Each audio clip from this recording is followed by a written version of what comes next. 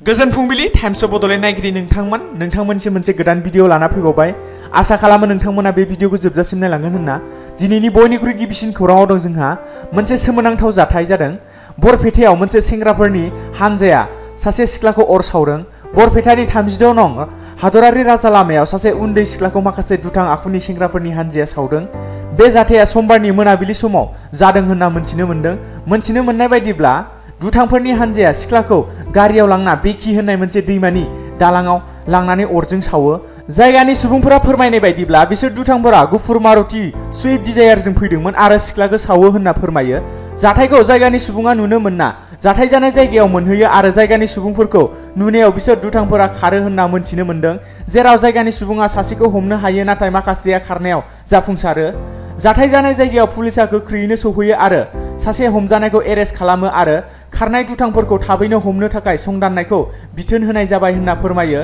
जाथायनि सोमोन्दै बारा क्लियार जायाखै जे मानि थाखाय बिसोर दुथांफोरा हिन्जावसाखौ अर सावदोंमोन। नैथि खौराङाव दं जोंहा क'क्राझाराव गान्जा फालांगिरिखौ इनकाउन्टार खालामदों। मोनसे स्रोद सुलुंनि बिथाजों संदाननानै क'क्राझार पुलिसा क'क्राझार पुलिस थानानि सिङाव थानाय बिसमुरि पुलिस आउटपस्टनि बेन्दोंआव सिखावै गान्जा लांखोमानाय हरेन्द्र यादव मुंनि सासे 28 बोसोर बैसोनि सुबुंखौ इनकाउन्टार खालामना जोखोम खालामो। जोखोम जानाय सुबुंखौ उत्तर प्रदेशनि श्रीनगर रिप्टी पुलिस थानानि थागिबि होनना मोनथिनो मोनदों आरो गोजौ फाहामथायनि थाखाय बरपेटा फखरुद्दीन आली आहमेद मेडिकेल कलेजाव दैथायहरो होनना मोनथिनो मोनदों। थामथि खौराङाव दं जोंहा कंग्रेसनि दोलोआ एमएलए शशिकान्त दासनो नटिस दैथायहरदों। कंग्रेस दोलोनि एमएलए शशिकान्त दासआ बिजेपि दोलोआव हाबफैनायखौ आसामनि सीएम बिथाङा गांसे गामसाजों बरायदोंमोन। बिथाङा राहा बियाबनि एमएलए। बे बाथ्राखौ मिन्थिनानै एमएलए शशिकान्त दासनो जाहोन फोरमायनो नटिस दैथायहरदों कंग्रेस दोलोआ। आसामनि गाहाय मन्थ्रि बिथाङा बुंनाय बायदिब्ला एमएलए शशिकान्त दासआ हरखाबै बिजेपिआव हाबफैयाखै।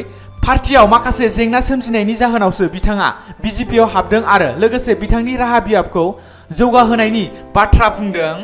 ब्रैथि खौराङाव दं जोंहा फर लेंगुवेज फर्मुलाखौ आसाम सरकारा दोनथ'नाय जाबाय। बे बाथ्राखौ बुंदों मिरु एबसुनि आफादगिरि दिपेन बर' बिथाङा।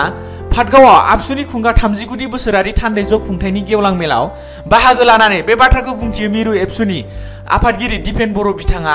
सानसेनि हाबाफारि खुंफुनाय बे मेलाव दिपेन बर'आ गाहाय आलासि महरै बाहागो लानायजों लोगोसे जर'खा आलासि महरै बिटिआरनि मावफुं सोद्रोमा उकिल मुसाहारि, बड'लेण्ड इउनिभार्सिटिनि बिबुंगोरा सुरेश चन्द्र बसुमतारी, बिबुंगोरा जनेल मुसाहारि, क'क्राझार जिल्लानि गाहाय आबसुनि खाम्फा बसुमतारी आरो ओनसोलनि आफाद गौथुमनि बिबानगिरिफ्राबो बाहागो लायो।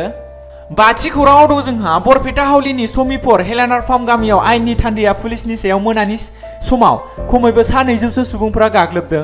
बरपेटा हावलिनि समीपर हेलेनार फार्म गामियाव आयेननि थान्दैया पुलिसनि सायाव मोनानि समाव गोबां सुबुंफोरा गाग्लोबदों। खमैबो 200 सुबुंफोरा गाग्लोबदों होनना मोनथिनो मोनदों। गाग्लोबनाय सुबुंफोरा सिखा रुवा बायदि गोबौ मुवा लानानै गाग्लोबदोंमोन। बे गाग्लोबनायाव साहिद आली मुंनि पुलिसा जिउ गोमायो।